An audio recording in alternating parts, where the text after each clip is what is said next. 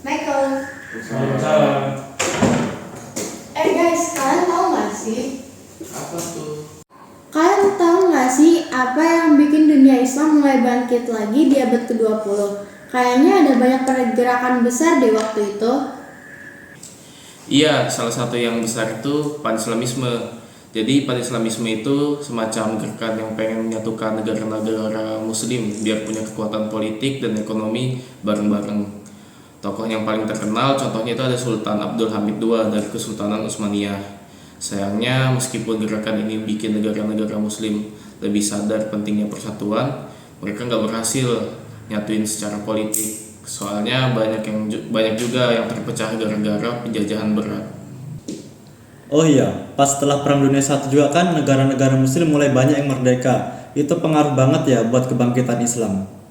Iya, bener banget. Setelah Perang Dunia I dan terutama Perang Dunia II, banyak negara-negara muslim yang merdeka dari penjajah Eropa. Mereka jadi mulai membangun identitas baru yang lebih islami di politik dan sosial.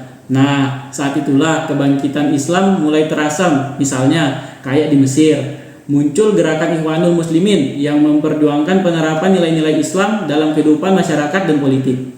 Kalau revolusi Islam di Iran gimana? Kayaknya Iran beda banget perannya setelah revolusi itu. Wah, revolusi Islam Iran tahun 1979 itu memang momen besar banget. Revolusi ini bukan cuma mengubah Iran jadi negara Islam Syiah, tapi juga bikin semangat revolusi Islam menyebar ke negara-negara lain di Timur Tengah. Iran yang tadinya dekat dengan Barat langsung berubah jadi negara yang vokal menentang pengaruh Barat dan mendukung gerakan-gerakan Islam di kawasan. Oh iya, ngomong-ngomong soal konflik, gimana dengan perang Israel dan Palestina? Itu kayaknya masalah panjang yang nggak kelar-kelar deh. Yap, perang Israel-Palestina jadi masalah serius buat dunia Islam. Negara-negara muslim terutama yang di Timur Tengah jadi sangat peduli sama Palestina. Konflik ini bikin solidaritas dunia Islam makin kuat karena banyak negara muslim yang merasa wajib membela Palestina sebagai bagian dari saudara seiman.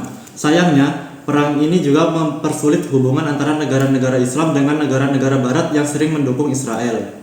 Terus negara-negara kaya minyak kayak Arab Saudi itu perannya gimana ya dalam kebangkitan dunia Islam? Negara-negara kaya minyak seperti itu mempunyai peran besar di ekonomi dunia Islam, terutama setelah ditemukannya cadangan minyak yang cukup besar di abad ke-20. Mereka pakai kekayaan minyak itu buat membangun ekonomi dan punya pengaruh besar di kancah global. Misalnya, Arab Saudi yang jadi pusatnya dunia Islam karena ada Mekah, tapi juga punya kekuatan ekonomi karena minyak. Jadi mereka bisa mempengaruhi politik dan kebijakan di Timur Tengah. Wah, banyak juga ya faktor yang bikin dunia Islam bangkit lagi. Jadi nggak cuma satu atau dua hal doang. Bener banget, ada banyak faktor kayak Pan-Islamisme, kemerdekaan negara-negara muslim, revolusi Islam Iran, konflik Israel-Palestina, dan tentu aja kekuatan dari minyak. Semua itu bareng-bareng bikin dunia Islam terus berkembang hingga sekarang. Nah, jadi begitu kebangkitan dunia Islam abad ke-20 hingga abad ke-21 era modern dan kontemporer.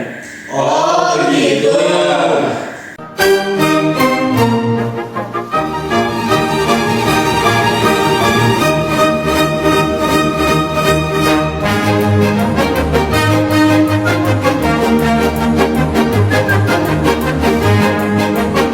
Sudah berapa kali ku bilang kalau videonya udah selesai.